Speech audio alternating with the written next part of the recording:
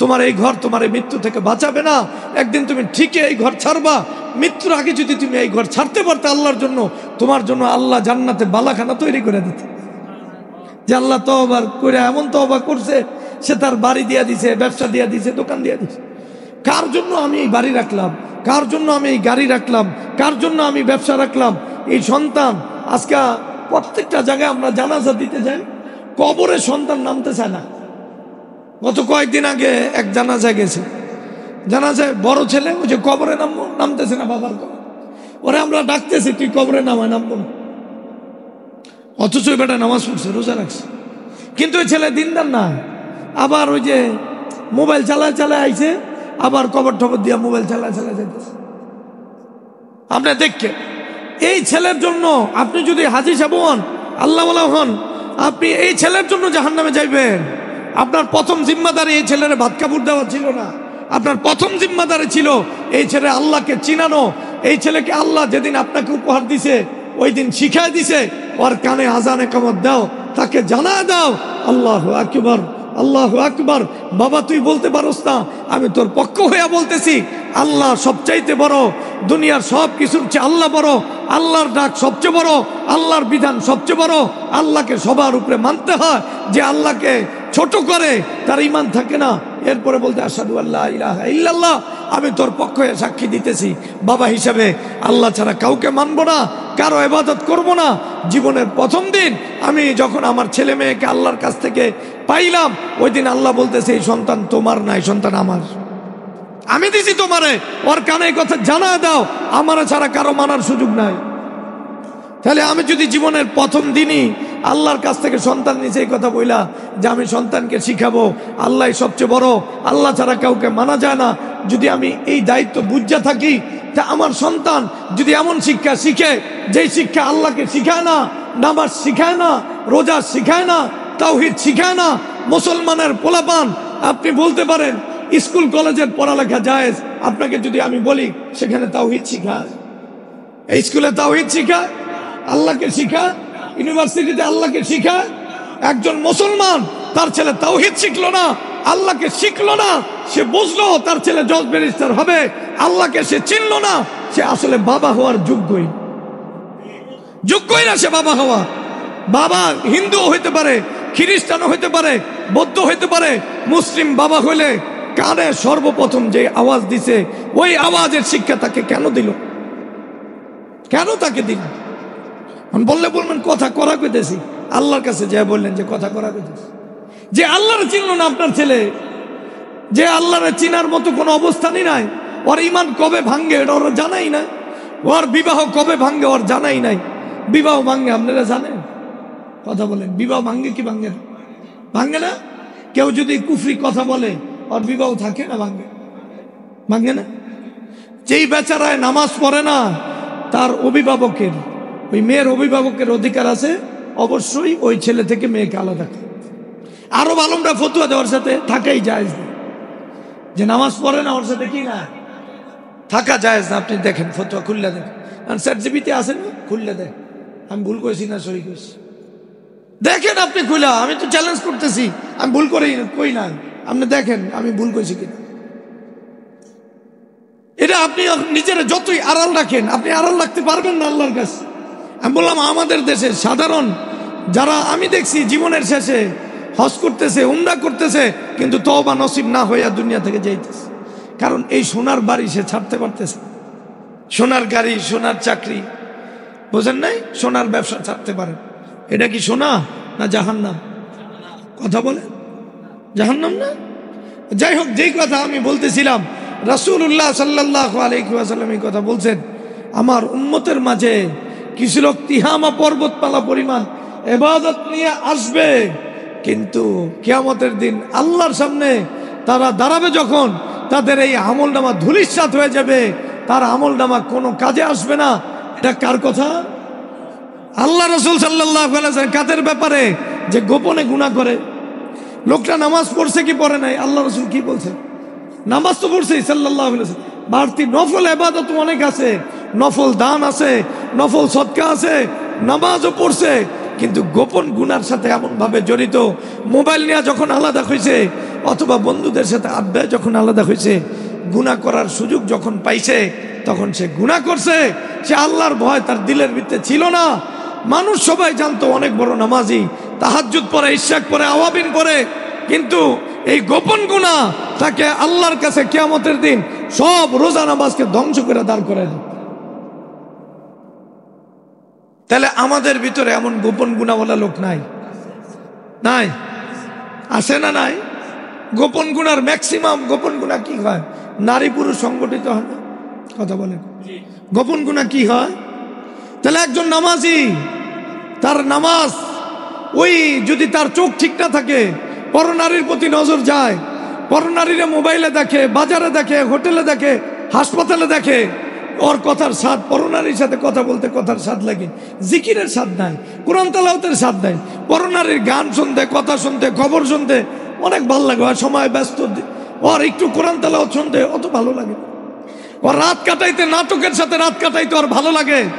ওর 10-4 রাকাত তাহাজ্জুদের নামাজ পড়তে পারে, সারা রাত্র নাটকের ভিতরে কাটায় দেয়, সিনেমার ভিতরে কাটায় দেয়, চ্যাটিং এর ভিতরে কাটায় দেয়, ফেসবুকের ভিতরে কাটায় দেয়, নামাজ পড়ে ঠিক আছে, কিন্তু রাতের অংশগুলো ওই আল্লাহর বাইরে শয়তানদের দেয়। কারা দেয়? তাহলে বললাম আমরা কাদের কথা আলোচনা করতেছি ভাই? নামাজি, মুত্তাকি, পরহেজগার, তিহামা, পর্বত শ্রেণী পরিমাণ আমল নিয়ে আসবে, কিন্তু গোপন গুনাহ থেকে সে বাঁচে না। তার কোনো আমল নামা আল্লাহর কাছে বিকাশ, তার নামাজ তাকে জান্নাতে নিতে পারবে না। আপনি যেইভাবে নামাজ পড়েন, নামাজের বাইরে আপনার দিল থেকে আল্লাহর ভালোবাসা, মহব্বত নেওয়ার জন্য শয়তান নারীকে সাজায় দিবে, নারীর সামনে পুরুষকে সাজায় দিবে, আর এখন সব কিছু একসাথে মোবাইলে সাজায় দিবে। এখন যদি কোনো ঘরে মোবাইলও চলে, বোঝেন নাই, ছেলে মেয়ে সবাই মোবাইল দেখে, এই ঘর একবারে মাকবুল জাহান্নামী ঘর। কি ঘর বলেন? আমি কোথায় জাহান্নামী কইছি? না মাকবুল জাহান্নামী ঘর কইছি। মকবুল, সবাই এটার জন্য কোনো টেনশন নাই। ছেলের হাতে মোবাইল, মেয়ের হাতে মোবাইল, মার হাতে মোবাইল, বাহের হাতে মোবাইল, সবাই মোবাইল নিয়ে ব্যস্ত, আর সবাই আল্লাহরে ডাকতেছে মোবাইল দিয়ে। বাপমা টিকতে পারতেছে না, পোলারে যায় কইতেছে বাবা একটু আসতেছে, মায়েরা কইতেছে কি শুরু করছো তোরা দুইজনে, একটু আস্তে মোবাইলটা চালা। আচ্ছা, এই মায়ারে আপনি যে ভাত খাওয়ান, এই পোলারে যে আপনি ভাত খাওয়ান এবং ওরে গুনার জন্য সুযোগ করে দেন, আপনি যত বড় আল্লাহওয়ালার হাজী সাহেব হন, আল্লাহ তাআলা জান্নাত জাহান্নামের ফয়সালা করছে, ভালো করে বোঝেন। আপনি আপনার সন্তানাদিকে সামর্থ্য অনুযায়ী জান্নাতি বানাইতে হবে এবং জাহান্নাম থেকে বাঁচাইতে হবে। এজন্য কোরআন বলতেছে কু আনফুসাকুম ওয়া আহলিকুম নারা, তুমি শুধু নিজে জাহান্নাম থেকে বাঁচলে হবে না, তোমার পরিবারে বাঁচাইতে। তা আপনার ছেলের বাঁচানোর ফিকির নাই, এই বয়সে একটু একটু গুনাহ করে, আমরা এটা মান্য নিছে, মা মান্য নিছে, এই মা আসলে জাহান্নামকে মেনে নিছে, শুধু সন্তানের জন্য না, নিজের জন্য জাহান্নামকে মেনে নিছে, মাইনা নিছে নিজের জন্য। শুধুমাত্র কাউকে হত্যা করা অপরাধ না, হত্যায় সহযোগিতা করা অপরাধ। যে বন্দুক কিনছে, বন্দুকের টাকা আমনের টাকা, আপনি দাঁড়ায় কইছেন যে না আমি তো আসলে অপরাধ করি নাই, বন্দুকের টাকা সেন দিছে, গুলি তো আর করি না। আচ্ছা, যে গুলি করছে আর যে টাকা দিছে, দুইজনেই কি হত্যা মামলার আসামি হবে কি হবে না? এটা কি কঠিন কথা না সহজ কথা? আল্লাহ রাসূলুল্লাহ সাল্লাল্লাহু আলাইহি ওয়াসাল্লামের মাধ্যমে আল্লাহ জানা দিয়েছে যে খারাপ কাজ করে অথবা খারাপ কাজের রাস্তা জারি করে, ওই যে খারাপ কাজ করতেছে প্রত্যেকটার গুনাহ তার আমলনামায় লেখা হবে কি হবে না? তাহলে তার, আপনি আপনার ছেলের মোবাইল কিনে দিলেন, এমন শিক্ষা শিখাইলেন, আল্লাহকে চিনল না, দিন চিনল না, তার এই অবৈধ পথে যাওয়ার জন্য আপনার টাকা পয়সা, আপনার মেধা, বিদ্যা, বুদ্ধি, শ্রম সব ব্যয় করলেন। এই ছেলে যত মেয়ের সাথে প্রেম করবে, যত মেয়ের সাথে কথা বলবে, যত মেয়ের সাথে আড্ডা দিবে, আপনার টাকার মাধ্যমে আপনি অটোমেটিক আপনার নামাজি হওয়া সত্ত্বেও প্রত্যেকটা আমলনামা আপনার জীবনে জারি হতে থাকবে। জিজ্ঞান কোনো আলেম এটার ব্যাপারে দ্বিমত করেনি, জিজ্ঞাসা করেন, এরপরে আপনি নিজের ব্যাপারে ফয়সালা করেন, আপনি ফয়সালা করেন, এরপর আমাকে বলেন না আমি ভুল বলছি। ঠিক এর বিপরীত, আপনার ছেলে জান্নাতের পথে যাওয়ার জন্য আপনি যেই কয় টাকা ব্যয় করছেন, এই ঠিক ততটুক আমলনামা আপনার আমলনামায় জারি হবে কি হবে, এটা আবার সবাই জানে। ছেলেরে যদি মাদ্রাসায় পড়ায়, হাফেজ বানায়, আল্লাহওয়ালা বানায়, তাহলে আমলনামা কই যাইব? কবরে যাইব, কিন্তু ছেলেরা যদি বিপথে আমি নেই, আমার টাকা দিয়া আমি ওরে যেইভাবে পরিচালিত করছি ওইভাবে ওই শিক্ষার সাথে ওই যদি চলে, ওই জাহান্নামের কাজ করে, তাহলে আমার দিলের ভিতরে ব্যথা আসে না যে এটা আমার আমল নামায় যাবে, এটার কোনো হিসাবই আসে? এটা আমার আমল নামায় যাবে কি যাবে না? যাই হোক, আমরা যেই কথা বলতেছি কথাটা একটু মনোযোগ দেওয়া বোঝেন ভাই। উঠা চলা করেন না। আমরা আসলে উঠা চলা করলে কথা বলতে পারি, আপনাকে যদি ভালো না লাগে আমরা কথা শেষ করে দেব, কোনো সমস্যা নেই। আমরা আসলে জীবনটা বুঝানোর জন্য আসছি। আল্লাহর কাছে আপনার জীবন কোনটা মূল্যায়িত হবে? আপনার রোজা নামাজ দ্বারা আল্লাহর কাছে টিকবে না আপনার জীবন। আপনার টিকতে হলে আপনার এবং আপনার অধীনস্থ সন্তানাদি এটা মনে রাখতে হবে, আপনার ছেলে মেয়ে নারী পুরুষের ফিতনা থেকে মুক্ত কিনা, মোবাইলের ফিতনা থেকে মুক্ত কিনা, অবৈধ হারাম সম্পর্ক থেকে সে দূরে কিনা, সে হারামের সাথে তার জীবন লাগাইছে কিনা, হারামকে জীবনের পাঠ বানাইছে কিনা। আপনি যদি সিদ্ধান্ত না নিতে পারেন, আপনার নামাজ, রোজা, হজ, যাকাত, উমরা সব ব্যর্থ হয়ে যাব। আপনি মনে করবেন আপনি জান্নাতে যাবেন, কিন্তু এগুলো আপনাকে জান্নাতে নিবে তো দূরের কথা, জান্নাত থেকে বহু দূরে সরাইছে, ওটার অনুভূতিও আপনার দিলের ভিতরে। তাহলে একজন নামাজি, মুত্তাকি, পরহেজগার জান্নাতে যাওয়ার পথে বাধা কি? নারীর ফিতনা। কিসের ফিতনা? ভাই আপনি নিজেকে জিজ্ঞাসা করেন, আপনি ঘরের বাইরে রাস্তায় গেলে আপনার কি অবস্থা হয়? আপনি মোবাইল নিলে কি অবস্থা হয়? স্কুলে কি অবস্থা হয়? হাসপাতালে কি অবস্থা হয়? বাজারে গেলে কি অবস্থা, হোটেলে? আপনি জিজ্ঞাসা করেন। এরপরে আপনি আল্লাহর কাছে কতটুকু টিকবেন না টিকবেন আপনি ফয়সালা করেন। ফয়সালার দায়ভার আপনার কাছে দিলাম। কিয়ামতের দিন আল্লাহ আপনাকে দিবে, এই তুই কি করছিস দেখ, তুই ফয়সালা কর। ইকরা কিতাবাক। আল্লাহ ফয়সালা করবেন না, ফয়সালা তোমাকে দিয়া করাবে, আমাকে দিয়া করাবে, আপনাকে দিয়া করাবে। ইকরা কিতাবাক, তুমি তোমার আমলনামা পড়ে দেখো তুমি কোথায় যাইবে, তুমি সিদ্ধান্ত। তাহলে এক নম্বর বাধা কি বলেন? নারী। এটা লম্বা আলোচনা করলাম না, শুধু বুঝানোর জন্য বললাম। এক নম্বর বাধা কি? নারীর ফিতনা থেকে আপনারা মুক্ত, নারীরা পুরুষের ফিতনা থেকে মুক্ত। যদি মুক্ত না হয়, উভয় যদি ফিতনা যুক্ত হয়, তাহলে আমাদের এই সমাজের নামাজ, রোজা, হজ, যাকাত আল্লাহর কাছে টিকবে না। এটা কোরআন হাদিস থেকে বোঝা যায় কি যায় না? কথা যায় কি যায় না? কিন্তু আমাদের দিলের কি এই ব্যথা আছে? আমি জাহান্নামের পথে চলতেছি, ব্যথা আছে। কজনের ব্যথা আছে ভাই? কজন মোবাইল চালায় ব্যথা আছে? কজন হারাম খায় ব্যথা আছে? কজন অবৈধ কাজে জড়ায় ব্যথা আছে? আমাকে দুই নম্বর বাধা। আমরা দুই নম্বর বাধা আলোচনা করি। সময় কি বেশি হয়ে গেছে? আচ্ছা শুরু করি, এরপরে যদ্দূর শেষ। দুই নম্বর বাধা হলো যারা দিনদার, ইমানদার, এদের জান্নাতে যাওয়ার পথে বাধা হলো ভোগ সর্বস্ব জীবন। বলেন কি? আবার বলেন। ভোগ সর্বস্ব। আর জান্নাতে যাওয়ার পথে সহযোগী হলো ত্যাগের জীবন। তাহলে ভোগে জান্নাত না ত্যাগে জান্নাত? জোরে বলেন। ভোগে না ত্যাগে? ত্যাগে জান্নাত। এটা জায়গায় জায়গায় আছে। একবার হাদিস আছে, যে যত বেশি ত্যাগ করবে আল্লাহর কাছে তার মর্যাদা তত বেশি বাড়বে। তাহলে আমরা আমাদের জীবনের ভোগ যদি ছাড়তে না পারি, নামাজ রোজা পড়ার পরেও আবার কিন্তু জান্নাতের পথে যে বাধা, ওই বাধার ভিতরে আমি রয়ে গেছি। আমরা উদাহরণ দিয়ে বুঝাইতে চাই, আপনি একটু বোঝেন। এক বেচারার সামনে অফার আইছে, সুদ আর ঘুষের চাকরি, বড় অফার। এখন তার সামনে কি আছে? অফার। সুদের চাকরি করবে, চাকরি করলে ভালো থাকবে, মানুষ বলবে প্রতিষ্ঠিত লোক, বিয়া দিতে চাইবো মানুষ মেয়ে। আর যদি সুদের চাকরি ছাড়ে, একজন শিক্ষিত ছেলের বর্তমানে ভালো চাকরি নেই, বাদাম ব্যস্ত হইব, ডিম ব্যস্ত হইব, অথবা রিক্সা চালাইতে হইব, অথবা হুন্ডা চালাইতে হইব। হুন্ডা চালায় না? এখানে মনে পাঠাও নাই? আছে না? আচ্ছা আছে, তাহলে মনে করেন। আমি ভাবছি আবার চিটাগাঙ্গের লোকেরা পাঠাওতে চলে না, গাড়িতে চলে, একটা সন্দেহ ঢুকছে। আচ্ছা চলেন, পাঠাও আছে, মান্না নিল। অথবা তরি তরকারি বিক্রি করতে হবে, আতর বিক্রি করতে হবে, টুপি বিক্রি করতে হবে। একটা ছেলে ভালো শিক্ষিত হয়েছে, বিসিএস ক্যাডার, সামনে তার হারাম চাকরি। এখন এই লোকটার জন্য একদিক এই ত্যাগের নাম জান্নাত না ভোগের নাম আমরা বুঝার জন্য। এই লোকটা, যেই লোকটা জান্নাত চায়, এই লোকটা কি হারাম চাকরি করতে পারবে? ওর জন্য ডিম বিক্রি করা জান্নাতের ঘ্রাণ করব, এক একটা ডিম বিক্রি করব আর আল্লাহর কাছে করবো, আল্লাহ তোমার জন্য এই অবৈধ চাকরি আমি ছেড়ে দিছি, আমার জন্য বড় অফার আইতো মেয়ে বিয়া, এখন আমি ডিম বিক্রি করলে শুনলে আমার বিয়া যদি পাক্কাপোক্ত হয়েও যায়, একবারে কাজী সাহেব দাঁড়ায় গেছে বিয়া পড়াইতে, কবে হুজুর দাঁড়ান, এই বলার কাছে মেয়ে বিয়া দিন না, সমাজ নামাজ কিচ্ছু বোঝে না, এই সমস্ত নির্বোধ ছেলের কাছে আমার মেয়ের জীবন নষ্ট করতে দিতে পারে। ও বিয়া অর্ধেক পড়া হালাইলে কব উজু মানে আপনি কবুল, খবরদার তোর কবুল কইলেও কবুল হইব না, কবুল করতে যাচ্ছে করতে পারবি না তুই, কথা এমন কিনা বাস।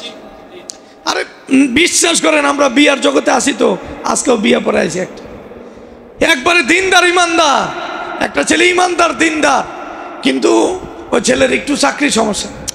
হুজুর জগতে চলতে হলে কিছু টাকা পয়সা লাগে না, জগতে চলতে হলে দিন লাগে, ইমান লাগে, আল্লাহরে নিয়ে চলতে হলে টাকা পয়সা লাগে না, কি লাগে? এই পৃথিবীর সবচেয়ে গরিব শ্রেণী যদি কেউ থাকে তা সাহাবায়ে কেরাম ছিল রিদওয়ানুল্লাহি তাআলা আলাইহিম। কারা ছিল? কয়টা কাপড় ছিল? 10টা করে। সাহাবাদের যুগ পার হয়ে গেছে। একবার রাসূলুল্লাহ সাল্লাল্লাহু আলাইহি ওয়াসাল্লাম যুগের পরে আলোচনা শুরু হয়েছে নামাজ নিয়ে, বুখারীর বর্ণনা, নামাজে কয় কাপড় লাগবে, 2টা না 1টা, এটা নিয়ে আলোচনা। এখন এক সাহাবী দাঁড়ায় বলতেছেন আওয়ালিকুল্লিকুম সাওবান, আরে এটা আলোচনার বস্তু বানাইলা, তোমাদের কি প্রত্যেকের 2টা করে কাপড় আছে? আশ্চর্য। সাহাবাদের 2টা করে কাপড় ছিল না, তো তোমরা আবার এটা নিয়ে আলোচনা করো। তাহলে এই দুনিয়াতে যদি আল্লাহকে নিয়ে কেউ চলতে চায়, সাহাবাওয়ালা জীবন গড়তে চায়, তার ইমান লাগে, তার মাল লাগে না। কি লাগে? ইমান। যে ইমান তাকে সরকারি বড় চাকরি লাচ্ছি দিয়া ডিম বিক্রি করতে উৎসাহিত করবে, বাদাম বিক্রি করতে উৎসাহিত করবে, তবুও সে আল্লাহর দিনকে বিক্রি করবে না। সে ত্যাগের জিন্দিগি নিবে, ভোগের জিন্দিগি নিবে না। যদি সে ভোগের জিন্দিগি নেয়, আল্লাহর কসম তার পথ জাহান্নাম। জাহান্নাম। হারাম চাকরি করে জান্নাতে যাইব? কোরআন বলতেছে ইন্নাল্লাযীনা ইয়াকুলুনা ফী বুতুনিহিম নারা, ও তো আগুন খায়, আগুন, ওয়াসায়াসলাউনা সাঈরা, অচিরে জাহান্নামে যাইব। এখন দুনিয়াতে ওই জাহান্নামী, আর পেট্রো আর পেটের ভিতরে জাহান্নাম ঢুকাইতেছে। ভালো করে বোঝেন, একজন ইমানদার যদি কল্পনা করে, আল্লাহ বলতেছেন ইন্নাল্লাযীনা ইয়াকুলুনা ফী বুতুনিহিম নারা, ওই পেটে কি ঢুকাইতেছে? জাহান্নাম। আচ্ছা, ওই যদি পেটে জাহান্নাম ঢুকায়, কোন ইমানদার কি জাহান্নাম পেটে ঢুকাইব? যে হারাম খায় ওর দিলের ভিতরে অনুভূতি আছে। আমার কথা বুঝতেছেন না? মনে বুঝতেছেন? তাহলে যে ত্যাগ করতে পারবে না এই সমাজে, সব জায়গায় আল্লাহরে হারাইব। ও চাকরিতে যে আল্লাহরে হারাইব, ত্যাগের নাম দিন আর ইমান। যে ভোগের নাম এই যুগে এই সমাজে, ভোগের সাথে যে দিন ইমান নিতে চায়, সমাজের সাথে তাল মিলায় চলতে চায়, রাষ্ট্রের সাথে তাল মিলায় চলতে চায়, আত্মীয়দের সাথে তাল মিলায় চলতে চায়, এই চলতে পারবে, কিন্তু ওই আল্লাহর সাথে আসলে বেতালে চলে, তালে চলে। ওর তাল হইল সমাজের লোক, হারামের লগে, বেঈমানদের সাথে, হারামখোরদের সাথে, নাজায়েজ লোকদের সাথে। ওর তাল কার সাথে নাই? আল্লাহর সাথে নাই। ওই আল্লাহরে বাদ দিতেছে জায়গায় জায়গায়, ওরে আল্লাহ সেলুট দিব, ইজ্জত করবে, ফেরেশতারা ইস্তেকবাল জানাইব, সম্ভব। তাহলে এই যুগে কেউ যদি কোনো নামাজি, কোনো মুত্তাকি, কোনো ইমানদার ছেলে, তার পরিচয় যেই হোক, যত বড় জজ ব্যারিস্টার হোক, তোমাকে জানতে হবে সাহাবায়ে কেরাম রিদওয়ানুল্লাহি তাআলা আলাইহিম আজমাইন ভোগের মাধ্যমে আল্লাহকে পায় নাই, ত্যাগের মাধ্যমেই আল্লাহকে পাইছে। যদি ভোগ সর্বস্ব জীবন হইতো, মক্কা ছাড়তে পারতো না, বাড়ি ছাড়তে পারতো না, সন্তান ছাড়তে পারতো না, স্ত্রী পরিজন ছাড়তে পারতো না, সব কিছু বাদ দিয়া আল্লাহকে চাই। সাহাবায়ে কেরামের হিজরতের নির্দেশ এসে খুশি হয়ে গেছে। কি হয়ে গেছে? আমার আল্লাহ কইছে আমারে ঘর ছাড়ার লেগা, বাড়ি ছাড়ার লেগা। সাহাবাদের কাছে মক্কাতুল মুকাররমা এত প্রিয়, তারপর আল্লাহ বলছে আমার দিন বাঁচান লাগবে, মক্কা ছাড়া লাগবে। আমি লাব্বাইক ইয়া রব, লাব্বাইক ইয়া রব। আমার মক্কার প্রতি কোনো আবেগ নাই, আমার আবেগ তো দ্বীনের প্রতি, আমার আবেগ তো তোমার প্রতি। যদি আমার মক্কাও ছাড়া লাগে দিনের জন্য, আমি মক্কা ছাড়বো, ঘর ছাড়া লাগে ছাড়বো, সন্তান ছাড়া লাগে ছাড়বো, তবু রব তোমাকে আমি ছাড়বো। আল্লাহ এত মায়া করে কইছে এদের কথা, লিল ফুকারা ইল মুহাজিরিন, আল্লাহকে আমার লগে ফকির হয়েছে, আমার লেগে এরা কোন কি কিয়ামত পর্যন্ত এরা যে ফকির হয়েছে, আল্লাহ যে এত মায়া করে এদেরকে, লিল ফুকারা, আল্লাহ বলতেছেন আগে মুহাজির বলে নাই, আগের কি বলছে ফকির। এ ফকির হয়েছে কার জন্য? আল্লাহর কাছে অনেক ভালো লাগছে, এই জন্য নামটা আগে আনছে। একবারে কিয়ামতের দিন আল্লাহ ঘোষণা দিয়া বলবে, আমার জন্য সব ছাড়ছো, আমি আমার শান অনুযায়ী আমার কাছে কি আছে যেটা তোমার দিলে কোনোদিন কল্পনা ছিল না, আমি সবার সামনে আজকে এটা দিয়ে দিব, দিয়ে দেব। তাহলে একজন মানুষ যদি ইমানদার হয়, মুসল্লি হয়, মুত্তাকি হয়, যুবক হয়, তাকে সিদ্ধান্ত নিতে হবে সে ত্যাগের সাথে জীবন করবে না ভোগের সাথে। যদি ত্যাগের সাথে সে না পড়তে পারে, ডিম যদি বিক্রি করতে ওর শরম লাগে, বাদাম বিক্রি করতে শরম লাগে, বাপ্পার কথা হারাম চাকরি করা লাগে, ও জাহান্নামের পথ ধরছে, জাহান্নামের পথ, জান্নাতের পথ ধরে না।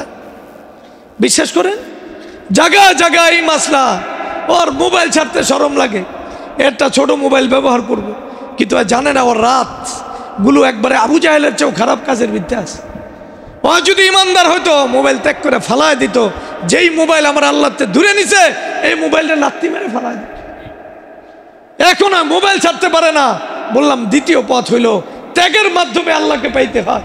যেখানে আল্লাহর পথে বাধা, আল্লাহকে পাওয়ার পথে বাধা, ওটাকে যে ছাড়তে পারবে না সে সাহাবাদের মতো জীবন করতে পারবে না, সে ইমানদার হতে পারবে, সে নারী হোক অথবা পুরুষ। কয় হুজুর আমরা অবৈধ সম্পর্ক কইরা হালেছন সারুম কেমন? বাবা তোর যেখানে মন সেখানে যাচ্ছে, রাস্তা তোর ক্লিয়ার, তুই আল্লাহর ধরবি না কারে ধরবি তুই বস। ত্যাগের নাম যখনই আমি জানছি, ইন্নামাল মুমিনুন আল্লাযীনা ইযা যুকিরাল্লাহ ওয়াজিলাত কুলুব, মুমিনকে যখন আল্লাহর সাজার কথা মনে করায় দেওয়া, প্রত্যেকটা তাফসীরে এই কথা আছে। একজন মুমিন ভুলে যদি গুনার কাছে যায় অথবা গুনার কথা মনে পড়ে যায়, মন থেকেই একজন ইমানদারের কিন্তু অটোমেটিক যে কোনো গুনাহ করতে চাইবো ওর দিলে অটো সাজেশন দিব, কাজটা তুই ঠিক করতেছিস, আল্লাহ কিন্তু তোরে ধরবো, দিব না? দেখি দেয় না?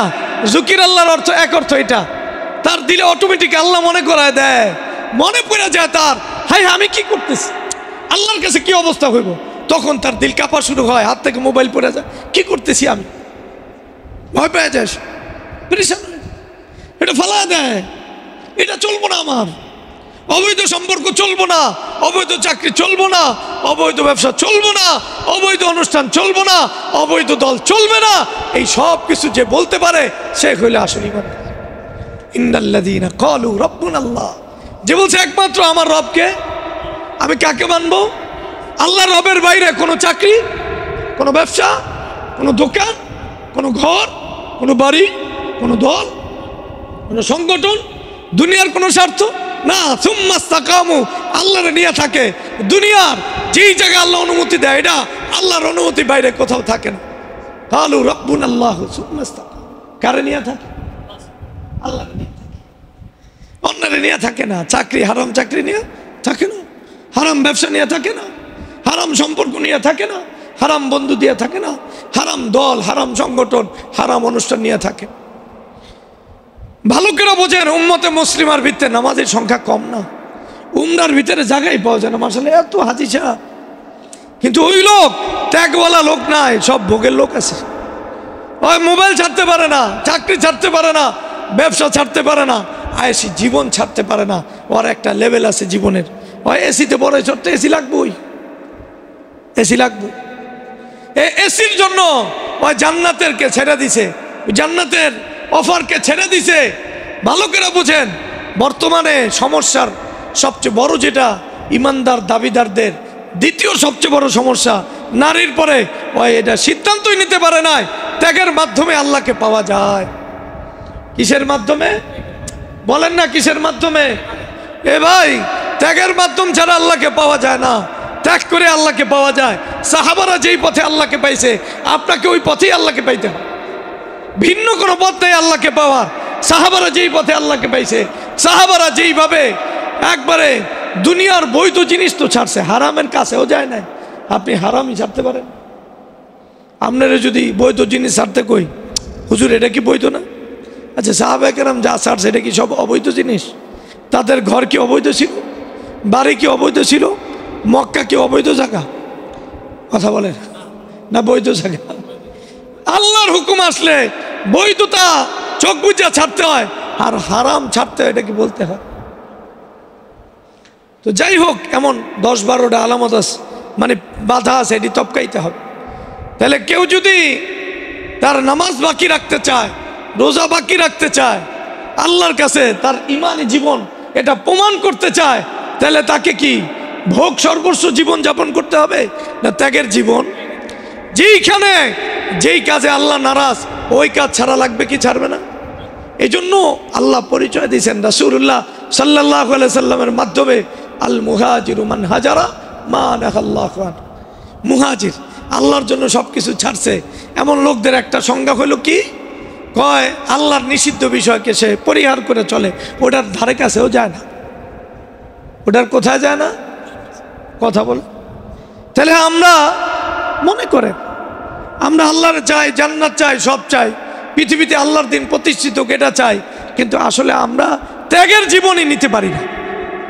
ত্যাগের জায়গায় এলে হুজুর মাসুম কেমনে, খাম কেমনে, মানুষ কি করবো, বাবা কি করবো, মা কি করবো, একবারও কি তুই ভাবলি না আল্লাহ কি করবো?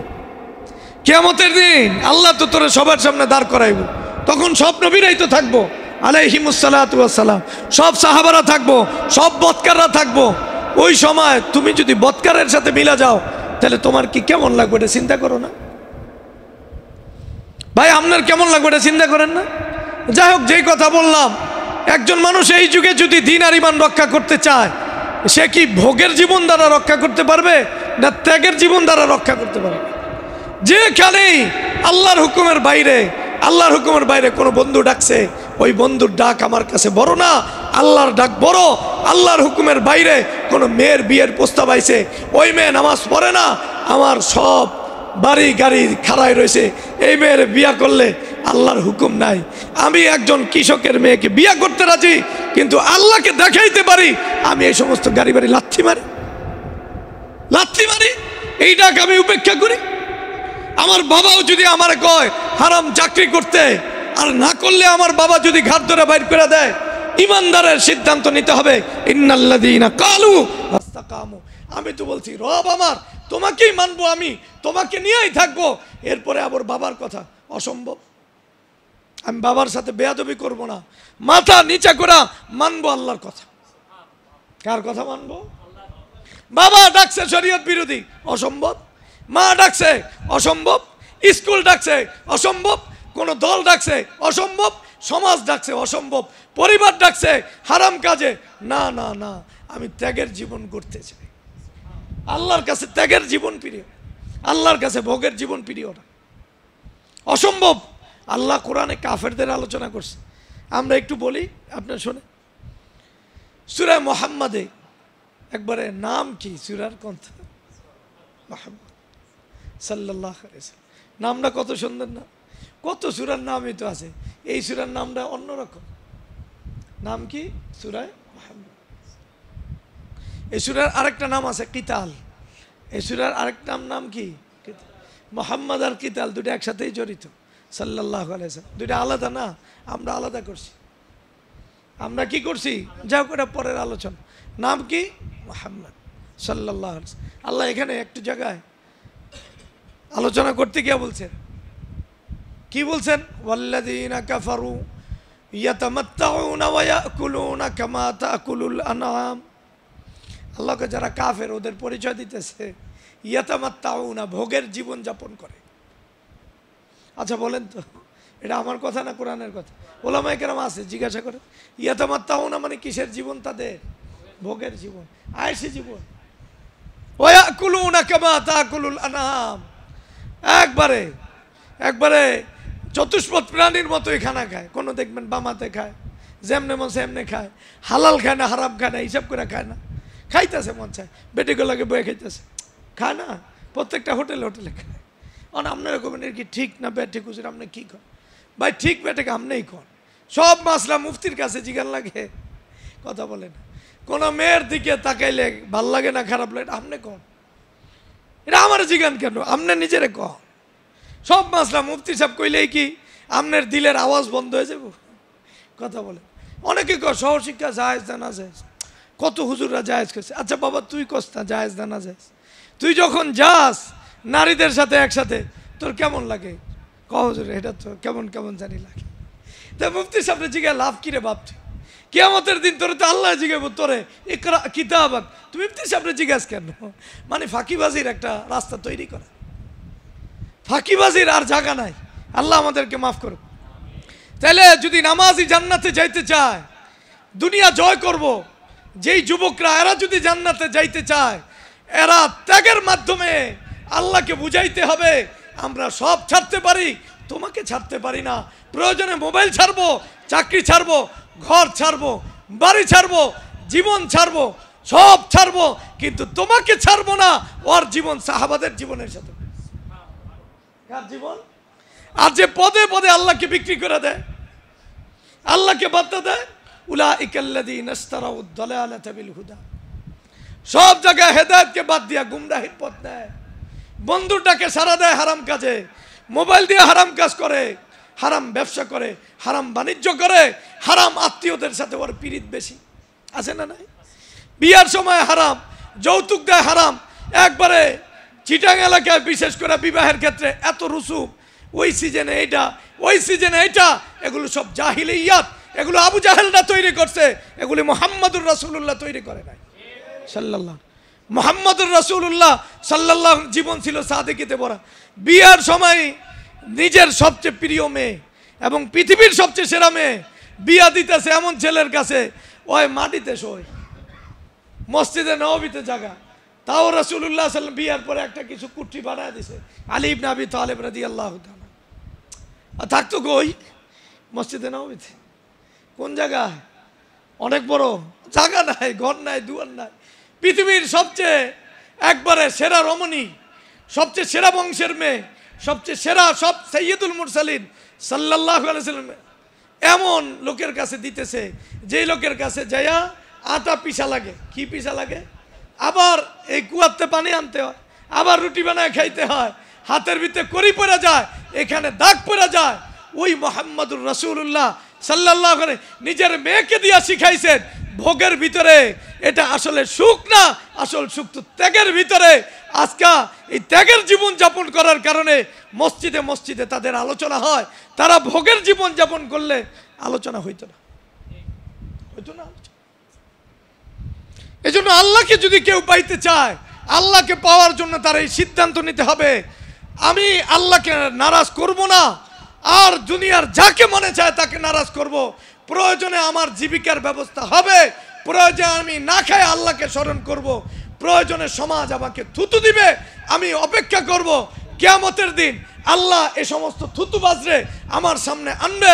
ইন্নাল্লাযীনা আজরামু কানু মিনাল্লাযীনা আমানু ইয়াদহাকুন, অপরাধীরা ওরে নিয়ে তিরস্কার করতো, মজাক করতো। দেখ আর বিসিএস ক্যাডার হইয়া ডিম বেচে কি মজাক করে, কিয়ামতের দিন আল্লাহ করব তোরে এবার সিংহাসনে বসাইলাম, যারা যারা তিরস্কার করছে তোর মাথায় মনে করায় দিলাম স্মৃতিসহ, ডাক্কা ওটিরে তিরস্কার কর, এবার তুই তিরস্কার কর, যা করার।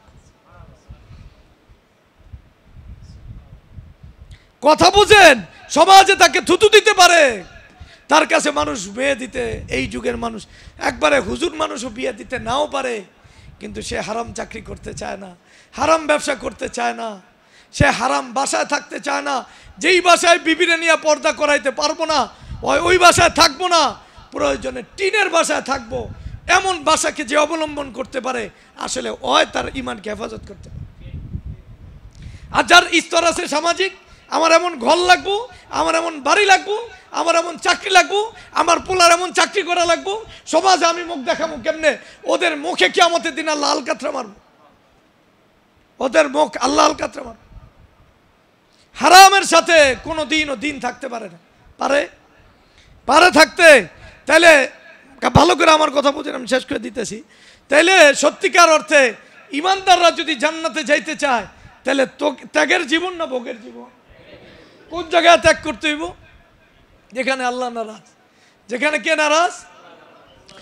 আল্লাহ নারাজ। যেটা পাইতে গেলে আমার আল্লাহকে হারাইতে হবে। যেই ভোগের পিছনে আমার ঘুরতে খুলে আমার জীবনে আল্লাহ চলে যাব, আমার জীবনে দিন চলে যাব, আমার জীবনে আরাম আসাইলে আমি ত্যাগ করতে পারবো না, দিনের জন্য ত্যাগ করতে পারবো না, কারো কথা সহ্য করতে পারবো না, কারো টিটকারি আমি সহ্য করতে পারবো না। এই জীবন দরকার নাই। যেই জীবন দিন আর ইমানের জন্য সব সইতে পারে, আর প্রত্যেকটা কথা মানুষ বলে, আল্লাহ ফেরেশতাদেরকে নিয়ে গর্ব করে। দেখো এই যে আমার এই বান্দার ব্যাপারে না কইছো, এই বান্দা তো আমার জন্য দেখো ঘর ছাড়ছে, বাড়ি ছাড়ছে, সব কিছু ছাড়ার জন্য তৈরি, আমাকে নিয়ে গর্ব করবে আল্লাহ। এই সমাজ এটার অভাব। এই সমাজে মানুষ আল্লাহর পাইতে চায় আরামের সাথে, বাড়িও ঠিক, আল্লাহও ঠিক, গাড়িও ঠিক, আল্লাহও ঠিক। এই যুগে সম্ভব না। আপনি বালকরা যায় দেখেন কদ্দূর সম্ভব, সম্ভব না। হারাম চাকরিও ঠিক, আল্লাহও ঠিক, ব্যাংকের চাকরিও ঠিক, আল্লাহও ঠিক। এটা কেমনে ঠিক রে বাবা, আমার একটু তুই বুঝায়। এই বোঝ, আরবের মুনাফিকরাও তো বোঝে নাই, তুই বুঝলি কোত্থেকে? সব ঠিক, এরপরে তোর দিনও ঠিক, এটা তুই বুঝলি? দিন আর অন্ধকার, হারাম, নাপাক, গান্দা, কুফুর, শিরিক, বেদাত, এগুলো কি দিনের সাথে জমা হতে পারে বাবা? আরে আগের যুগের কোনো মুনাফিক বেদাতি ছিল না। কি ছিল না? আপনি মুনাফিক গভীরতে যদি বেদাতি পান, আমি পুরস্কার দিব। কথা পাইবেন না। ওপেন কবিরা গুনাহ করতো না, পাইবেন না। এই যুগে সবই পাওয়া যায়। এমন উর্বর এক জায়গা, এই জায়গায় সব পাওয়া যায়। একমাত্র পাওয়া যায় না আল্লাহর জন্য ত্যাগী লোক। আপনি জিজ্ঞাসা করেন কত মানুষ দান করছে, নামাজ পড়ছে, কিন্তু হারাম মাল ছাড়ছে, হারাম দোকান ছাড়ছে, হারাম ব্যবসা ছাড়ছে, হারাম বন্ধু ছাড়ছে, হারাম দল ছাড়ছে, হারাম ডাক ছাড়ছে, হারাম শিক্ষা ছাড়ছে, হারাম যেই লেভেল, পারিবারিক যেই লেভেল, এগুলো ছাড়ছে। পাইবেন না খুঁজা। তাহলে ইমানদারদেরকে আল্লাহকে পাওয়ার পথে বাধা কি? ভোগের জীবন না ত্যাগের জীবন?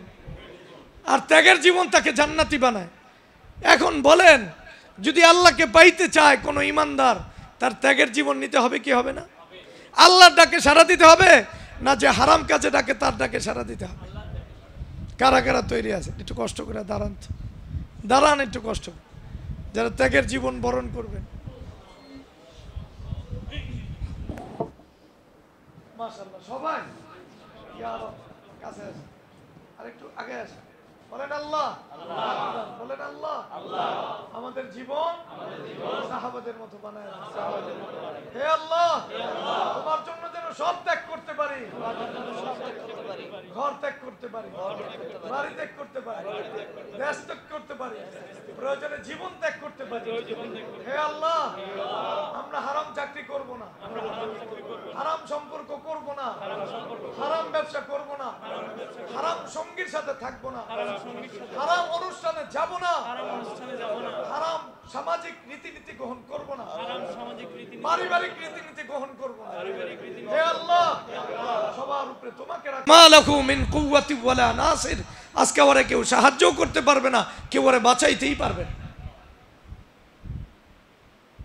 তাহলে ওই চান্দাটা বৈধ মনে করছে কিনা? তওবা করবো কেমনে? জনগণের টাকা যে মারছে, ওর তওবা কেমনে হবে আমাকে বলেন? এটা কি 1 কোটি মানুষের না সবার? কথা বলেন। এটা জনগণের টাকা মারা এখন বৈধ না অবৈধ? যেই যাক ক্ষমতা তার জন্য এটা হারাম, এটা সবচেয়ে ভালো। বিশ্বাস করে এদের জানাজা আমাদের মসজিদে হয়। এদের তো বয়কট করা দরকার ছিল। যারা জনগণের টাকা খাইছে, হারাম টাকা খাইছে, এদের জানাজা মসজিদে কেন হবে? এই অবস্থায় মারা গেছে, হারাম টাকার অট্টালিকা থুইয়া। কোনো বৈধ ব্যবসা বাণিজ্য ছিল না, বাবার কোনো পুঁজি ছিল না, এই অবস্থায় দুনিয়া থেকে গেছে। আমি ওর জন্য কান্দা একটা মসজিদ বাসাইলে আল্লাহ আমারে কিয়ামতের দিন ধরবো। এই পরে আরেকজন হারামখোর আইব, হুজুরে যেই কান্দাকাটি করে দোয়া করছে আমার গুনাহ মাফ হয়ে যাইব। আরেকজনে আইব, চিন্তা করবো এত কান্নাকাটি করলে কি আল্লাহ মাফ না করবো? তওবার শর্তের ভিতরে 1 নম্বর শর্ত হলো যে যার টাকা মেয়েরা খাইছে ওর কাছে টাকা পৌঁছায় দিতে হইব। ওলামায়ে কেরামকে জিজ্ঞাসা করেন আমার কথা ভুল কি? ভাই এখানে আলেমরা আছেন না? যদি বান্দার হক কেউ মাইরা খায়, বান্দার হক না দিলে তওবা হয়? কথা বলেন, তওবা হয়? আপনি আরেকজনের টাকা মারবেন, ওর টাকা না দিয়া আল্লাহর কাছে তওবা করলে এটা তওবা হয়? তওবা হয় না। আপনি যে কোনো আলেমরে জিজ্ঞাসা করেন, আহলে হাদিসরে জিজ্ঞাসা করেন, হানাফি আলেমরে জিজ্ঞাসা করেন, যারাই জিজ্ঞাসা করেন, ঢাকার আলেমরে জিজ্ঞান, সৌদি আরবের আলেমরে জিজ্ঞান, সবাই এক কথা কইব, যদি মানুষের হক কেউ মেরা খায় আগে মানুষের হক আদায় করে দিতে। এ ব্যাপারে কারো কোনো দ্বিমত নাই, এটা আমরা একবারে বুক ফুলে বলতে পারি।